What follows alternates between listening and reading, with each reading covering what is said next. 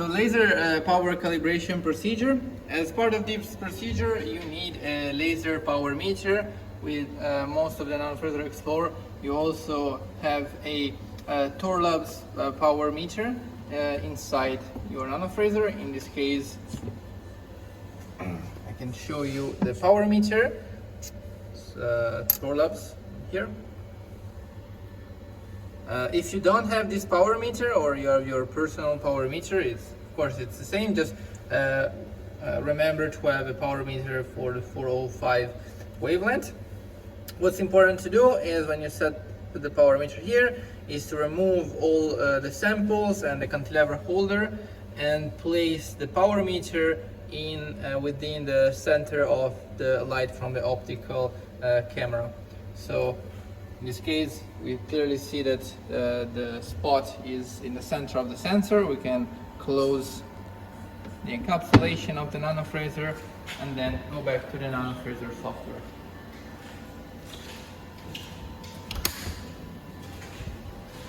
So in the Nanophraser software, we have the laser power calibration tool in the optional tools.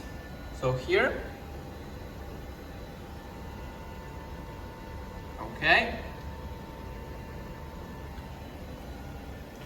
So what we have to do is measuring the effective power of the laser for the software to have enough data to have a model for the effective power, so that whenever we use the laser, we have a value of the effective power given the input power based on this model.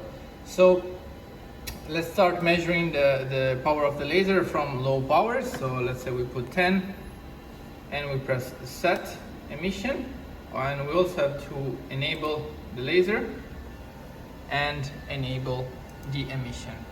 So now we are emitting at 10 milliwatt. So in order to know what is the effective power that we measure, we open our Thorlabs optical power monitor.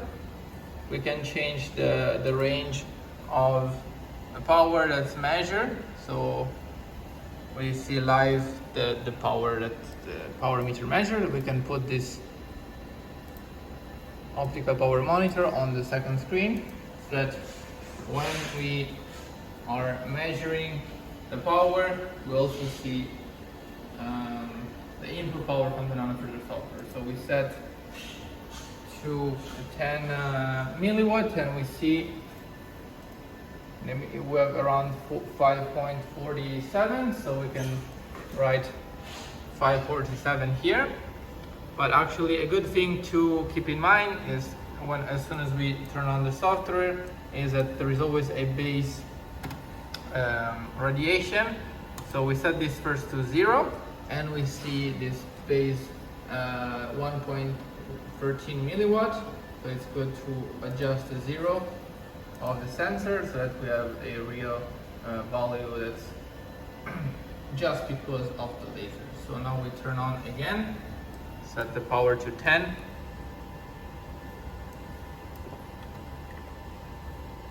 set it here, and now we see that we have 4.440. So we write 4.4 here, press enter, and we press save.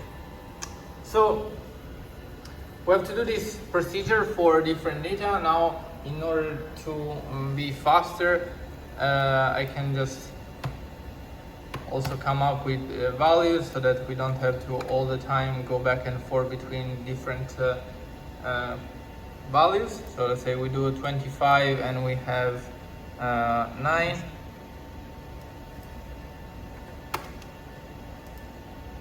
Then we have at 100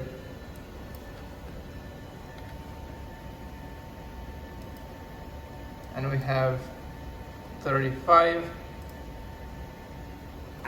Then we have 125 and we have 44. Then we have 150 and we have 54.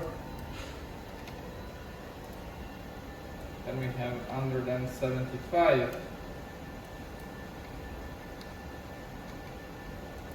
and we have 64,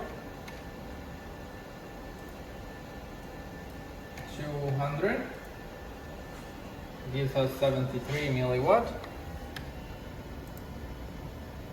Then we can go to 250, we have 88, and finally 300 gives us 94. So now we can disable the emission, and after we're happy with all this data, we can calculate the model based on the data. So we have this this model which allows us to have an idea of the effective laser power based on the input power that we give with the Nanophraser software. What's important to see is that also from the data that I collected here, I had more data in the range of 100 to 200. Usually it's good to gather more data around the laser power that you are interested in to have the best model for this region. So let's suppose you usually use the laser between 100 and 200 milliwatts, then you should gather more data in this area. So the data here are more precise. After we're done collecting data, we can save this data here. So we can call it laser power 1, and we can save it on the desktop, for example. It's a CSV file, and in case we want to pull them and open, we can open the same CSV file with the laser power calibration that we have done already, in case it's a recent power calibration, or we have a consistent power of the laser on the surface and you don't want to do this procedure again.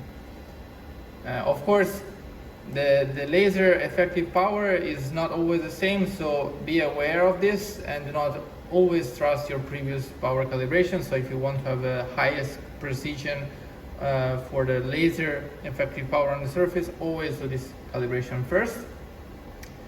So what practically changes is that then when we go to the session, for example, in the laser, we have now the laser power.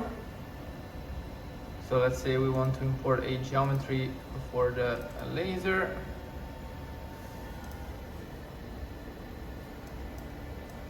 Of course, increase the pixel size, add the layout. Once we select this and we go to the laser, now you see we have the laser effective power. So this is based on the model that we have created here. So if we import a geometry, in this case the geometry has a power of 50 milliwatts,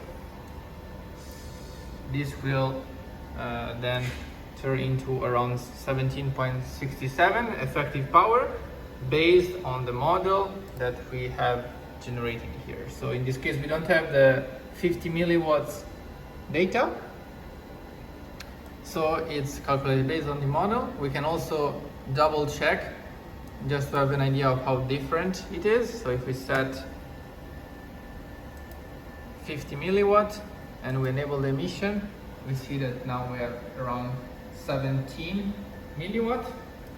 So it's quite a good approximation, and this can help you in have more consistent results when using the data of the laser power calibration and using the laser in general with your Nanophraser tool.